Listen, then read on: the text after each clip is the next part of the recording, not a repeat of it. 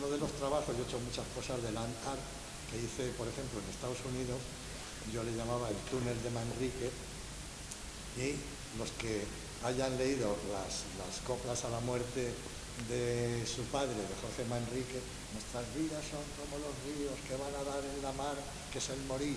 Allí van todos los ríos derechos a sacamar y consumir, los pequeños, los medianos, los más chicos, etcétera. Entonces yo digo, bueno, ¿qué es lo que vamos a hacer? Pues cogí en un desierto de Nuevo México y con unos redondos de estos de la construcción, pues cogí un montón de los alumnos que eran de ese seminario de acciones en el paisaje y demás, y se apuntaron y que encima pagaban su viaje de ida desde Boston hasta Nuevo México, hasta el desierto de Nuevo México, son 6.000 kilómetros de viajecito en avión. Me pagaban a mí todos mis gastos y todas sus cosas. Y luego ellos además ponían también otra parte del dinero para comprar materiales. Yo sé cómo era. Y entonces había desde algunas chicas jovencitas que estaban estudiando Bellas Artes, pues que debían de tener 19, 20 años, hasta algún militar retirado que tenía, pues entonces podría tener 60 y tantos, y todos emocionados. Y nos fuimos allí al desierto a clavar unos clavitos en el suelo, pum, pum, pum, pum, pum, por una senda de kilómetro y pico, y luego con otro redondo atábamos con un par de alambres a uno de los clavos que había en el suelo, atábamos así, uno balanceaba así, el otro enganchaba, le poníamos esos alambres. Ese era yo por aquí, entonces. Sí, hombre, a mí me gustaría... y luego poníamos el plástico. Yo creo que lo que subyace, vamos, me da la sensación que es la necesidad que hay de dejar huellas. Sí, por eso. Tú lo hablas con los animales luego, y con las personas. Sí, pero sin embargo, como nosotros somos animales, una de las frases que yo siempre digo, si eres verdaderamente inteligente, lo suyo es no dejar ni rastro. Porque años después contarán, pues hubo aquí alguien y esa historia contada así... interesante, porque yo soy partidario, vamos a por debatir un poco, al revés de que gracias a que los griegos no tenían esa preocupación, tenemos los templos griegos, ya que Roma, o sea, incluso, me preocupa nuestra generación, que la gente más joven no quiere dejar huellas. Entonces, dices, oye, para la siguiente generación, ¿qué vais a dejar? Yo les digo a los chicos jóvenes, ¿qué vais a dejar? No estoy de he tenido suerte contigo. porque he recibido el Renacimiento, he recibido el Barroco y he recibido a Le Corbusier, y he recibido al propio, como hablabais ahora mismo, Eduardo Chillida. Y si ahora la sensación es que estamos en unas dudas existenciales que nos dan miedo, no sabemos manejar el planeta, la contaminación, tenemos tanto miedo, es decir, no hay que dejar ningún... Digo, vais a ser... Digo, yo pienso lo contrario, tú en este caso, digo, yo soy partidario que tú pensarás lo contrario, pero todo el mundo quiere dejar huella, porque eso es natural con los perritos.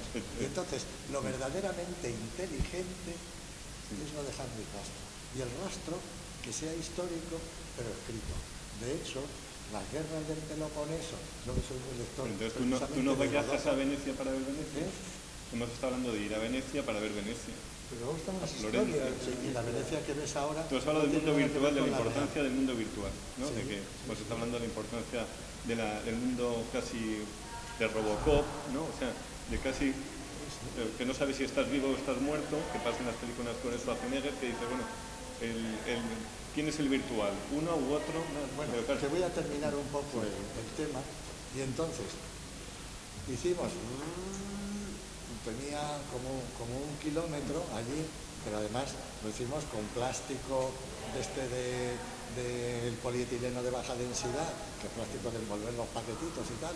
Eran unas láminas que habíamos pedido directamente a la empresa de plásticos de 4,5 metros, 5 de ancho, por 12 o 20 de largo, y entonces poníamos eso que era, además, que quedaba como lo de las carretas del oeste, esas carretas que vemos que se iban balanceando, y entonces tiramos el plástico por encima, pum, pum, pum, hacíamos lo mismo, atábamos el plástico con unos agujeritos que hacíamos con un punzón y con un trocito de alambre, pum, pum, pum, pum, pum, pum, pum, pum, pum, pum, y llegamos, y cuando íbamos a hacer 3 kilómetros, hicimos 1 kilómetro y pico, y entonces ya la gente estaba tan cansada que ese día, ya según se estaba poniendo el sol, estábamos al principio, y como yo lo había orientado este-oeste, veíamos el sol poniendo desde un extremo y tal, y la imagen, y dijimos, ya se ha acabado la obra, todo el mundo a casa.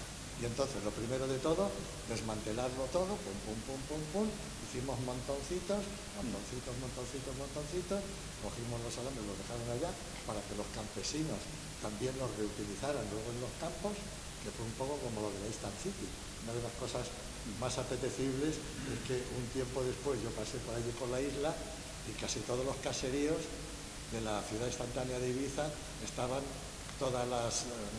el heno tapado con plásticos de colores, la cubierta de un tejado que tenía muchas goteras también con plásticos de colores, y entonces veías que todo ese rastro... Esto es como una cultura, desde mi punto de vista más oriental. En el Japón antiguo, a la muerte del padre, la casa se quemaba. O sea, los hijos no podían vivir la misma... O sea, fíjate, comparado con los españoles como somos, que los que estamos deseando es heredar, ¿no? Tú no le darías nada, con tu punto de vista serías como más oriental, ¿no? O sea, la casa del padre, igual que uno no se pone los zapatos de su padre en la cultura occidental, ¿no? A la muerte del padre no se pondríamos una chaqueta por recuerdo personal, pero la casa del padre no se hereda, o sea, es un mundo que no deja huella, ¿no? Pero, por ejemplo, Hölderlin es el que dice habitar es dejar huella, ¿sabes? Y César de Pavese también dice que lo que hay que buscar no es tanto la belleza como la huella de los antepasados. Lo bonito es que acabas sintonizando con tu abuelo, oír las historias de tu abuelo, oír las historias de tu padre, oír las historias de tu bisabuelo. O sea, es más... Pero es que una cosa es la memoria. Fíjate que son Hay que tener cuidado, una cosa es la que es memoria atractivo. y otra cosa es dejar ahí la huella, Sí, pero que son a mí perfectamente en términos si me medios. dices que he heredado Villarrotonda, me das una alegría. Bueno, O sea, es una huella que me gustaría heredar. Dices, oye, o prefiero un texto, una poesía que hable sobre Villarrotonda. Pues Yo fíjate, prefiero pues fíjate, que me regalaran pues Villarrotonda. fíjate, está bien que lo plantees así, porque además yo tuve la suerte de estar esto que nos va a contar él en Nuevo México, me tocó a mí estar allí y tal. Pues yo creo que todos los que nos dedicamos a esta profesión hemos disfrutado cuando estamos levantando la obra, es cuando más disfruta, porque primero porque estás viendo aquello como va creciendo y tal, y luego porque te estás llevando un susto cada día, porque aquello que es de una manera, al día siguiente es de otra, luego es de otra, y lo divertido es ir descubriendo el proceso, y luego el colmo es que, por supuesto, estás descubriendo en medio del proceso con situaciones que no tienen nada que ver con el final, y si es que hay teóricamente un final. Entonces, los mejores momentos de la partitura son los momentos en donde yo estoy por allí trepando por la estructura, no sé dónde, donde hay unas situaciones vitales que sabes que no las va a vivir nadie, más a los que tenemos la suerte de haber pasado por ahí. Es decir, que a la hora de con qué me quedo, quién se queda con qué, bueno, pues en este caso, yendo a este caso del desierto, solamente coger todas las balas de plástico que nos iban dejando allí los trailers, que eran un montón, que eran así, y había que desplegarlas y colocarlas, alinearlas con no sé dónde. Y entonces una vez que íbamos colocándolo aquello, resulta que luego era día tras día, y entonces venía el sol, daba el rebote de la luz, y además aquello, como era un proceso, había unas balas que estaban armadas, otras que estaban a medias, otras que estaban desarmadas. O sea, pero de eso habla, que yo también coincido en eso con vosotros, de la importancia de los lugares y quién tiene autoridad moral para intervenir sobre un lugar y cómo la sociedad se protege o te concede un permiso para intervenir en un paisaje que es de todos. O sea, que eso te lo da o bien una titulación académica, en el caso de un arquitecto del paisaje, o un reconocimiento profesional de un escultor o un pintor, porque dices, oye, en este paisaje tan bonito de las Navas, a ver, no vas a hacer lo que tú quieras, esto es un patrimonio común y tendrás que haber demostrado que no vas a estropear este paisaje.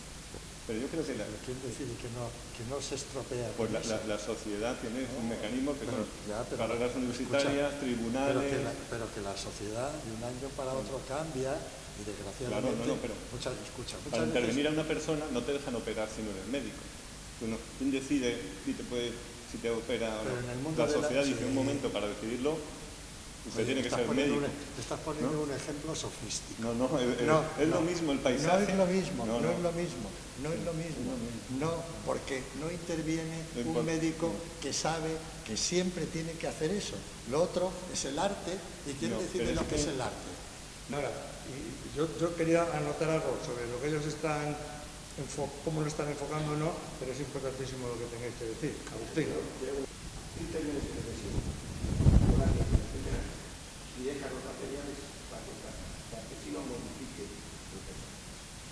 Así que claro, porque si tú no quieres modificar el paisaje, no coges los análisis, los dejas, para que venga otro y use eso para modificar el paisaje. Dejar los materiales para modificar el paisaje. Segundo tema, energía universal. A lo mejor a nivel masivo no vale. Yo tengo un banco de vida en la noche.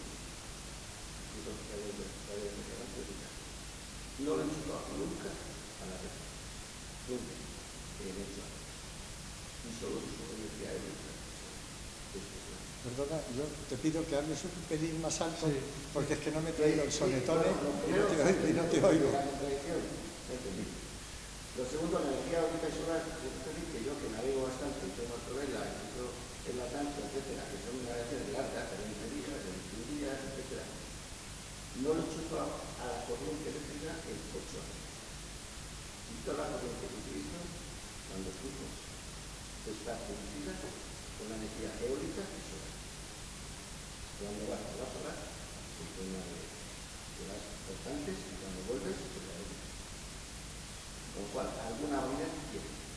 Habrá que explicar. Y cuando es que lo difícil siempre es intentar generalizar con cualquier cosa. No, claro, todo. Pero la primera que es importante, es decir, estamos hablando del miedo, vamos a ver. Cuando se habla de que al final se quede en la memoria, pero en el espíritu, ya estás haciendo algo que mal. Ahora tiene que saber intervenir. Porque parece que socialmente ha habido tantos desastres que nos han quitado la autoestima de la intervención. Y eso es el primer desastre. Porque si es así, te lo crece. Y si no te gusta intervenir, se te crece. Porque no te lo crece, pues claro, si no intervienes como quieres, en otros meses has recuperado. Sí, pero es que si nos vamos a Oriente, hemos hablado de Oriente, a mí yo me quedé asombrado el día que me enteré de que el río que lleva el agua siempre es el mismo río, pero el agua nunca es la misma, y que además, por la misma regla de tres, pues cogen los templos, los desmontan cada 20 años y lo vuelven a montar otra vez.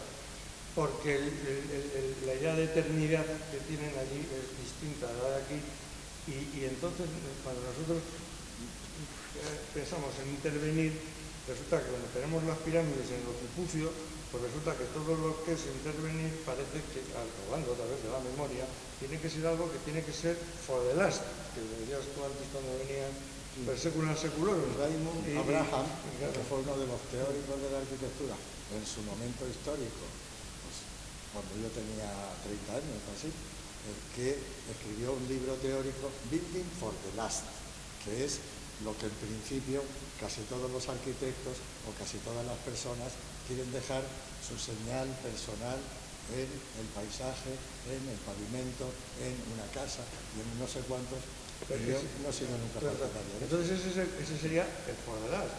Y entonces parece como que eso tiene que ser así, forever and ever, y ahora, a la hora de intervenir materialmente, si tenemos en cuenta tanto tiempo, probablemente pasa que en ese tanto tiempo habrá cosas que duren más, que duren menos, que no duren, que estas películas que hay ahora, las ruinas, y dices tú, oye, que voy a heredar una ruina, que qué bonita la ruina. Bueno, yo me he quedado antes en medio del discurso diciendo que yo he heredado de la experiencia aquella que tuve, que es un poco, no voy a decir que es egoísta, pero lo viví yo y otras cuantas personas que vivimos a la vez, participamos de eso queda registrado. Claro, parece que tiene más que ver con un happening a lo mejor y tal, pero yo desde luego, aquella experiencia que yo viví en el desierto de José Miguel, yo estaba en la rotonda, y me lo he pasado todo, y en la rotonda he descubierto cosas que no he descubierto en los planos, o sea, yo allí vi un arquitecto que los planos no, o sea, a mí los planos de este hombre para mí nada, y hablando de esto mismo que estamos hablando, incluso si os ojeado el librito este que tienes, recordarás que tengo la pecera puesta con la rotonda naufragada y pongo Frankfurt 1987, que no soy yo. Entonces, la rotonda está ahí muy bien, pero para muchos está naufragada. Si yo